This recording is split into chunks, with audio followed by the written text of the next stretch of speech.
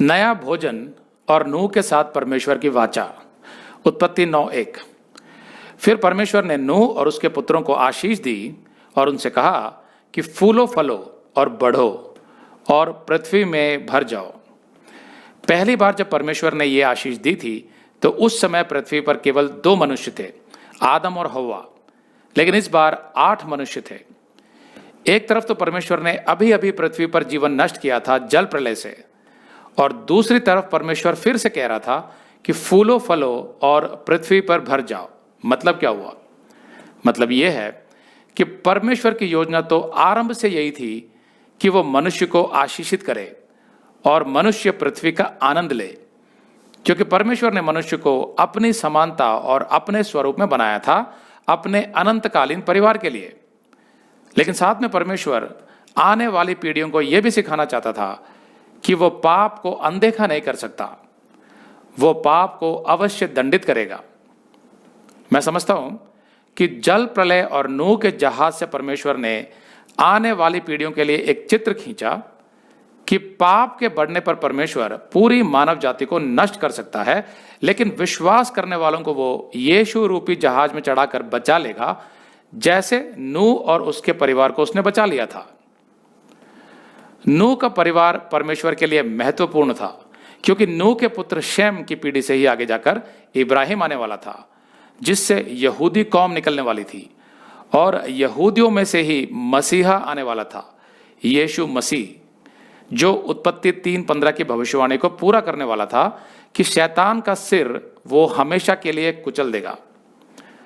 परमेश्वर ने नूह से आगे कहा 2, और तुम्हारा डर और भय पृथ्वी के सब पशुओं और आकाश के सब पक्षियों और भूमि पर के सब रेंगने वाले जंतुओं और समुद्र की सब मछलियों पर बना रहेगा। वे सब तुम्हारे वश में कर दिए जाते हैं। सब चलने वाले जंतु तुम्हारा आहार होंगे। जैसा तुमको हरे हरे छोटे पेड़ दिए थे, वैसा ही अब सब कुछ देता हूं। तो यहां सब चलने वाले जीवों को परमेश्वर ने मनुष्य का आहार बनाया, केवल शुद्ध जानवरों को नहीं। शुद्ध अशुद्ध का विभाजन तो परमेश्वर ने यहूदियों के लिए किया था मूसा के समय में, जिसके कुछ कारण थे।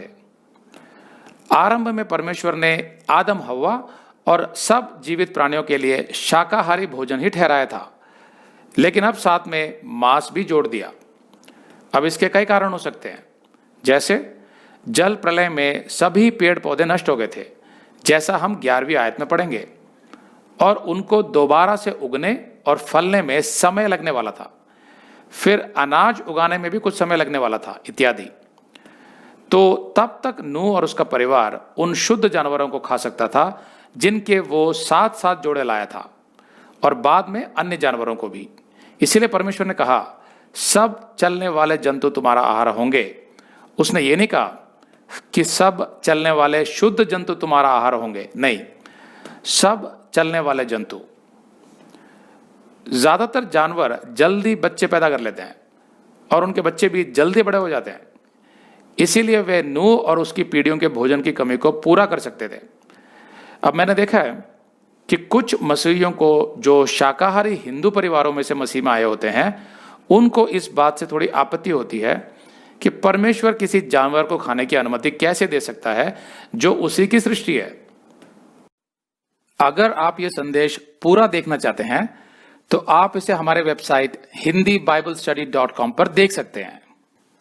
यह वीडियो हमारे सितंबर के वीडियोस में अपलोड किया हुआ है, तो जिनके पैकेज में भी सितंबर का महीना शामिल है, उनको यह वीडियो उनके माई अकाउंट में सितंबर के वीडियोस में मिल जाएगा। अगर आप हमारे वीडियो फोन पर देख रहे हैं तो अच्छी स्पीड के लिए कृपया गूगल क्रोम या मोजिला फायरफॉक्स ब्राउजर इस्तेमाल करें।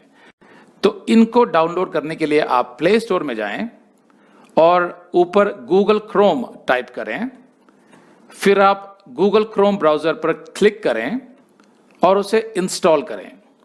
यह एकदम फ्री है। इसी तरह आप मोजिला फायरफॉक्स टाइप करें, फिर आप मोजिला फायरफॉक्स ब्राउजर पर क्लिक करें और उसे इंस्टॉल करें।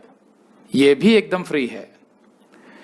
इसके बाद आप गूगल क्रोम ब्राउजर को क्लिक करके उसे खोलें और उसमें hindiBiblestudy.com टाइप करें, मतलब पूरा hindiBiblestudy.com एक साथ बिना किसी गैप के, तब हमारा वेबसाइट गूगल क्रोम में खुल जाएगा और आपके वीडियोस अच्छे से चलेंगे।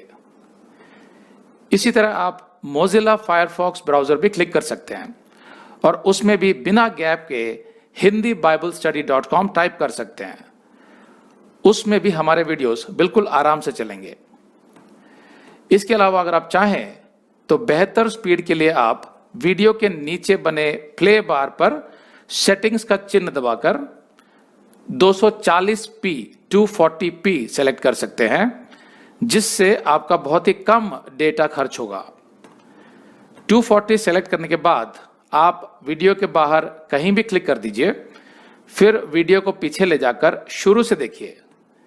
अगर आप हमारे वेबसाइट के विषय में जानकारी हासिल करना चाहते हैं तो आप YouTube पर हमारा संदेश देख सकते हैं, जिसका शीर्षक है एक विशेष सूचना, हमारी मिनिस्ट्री का अगला चरण, second phase of our ministry.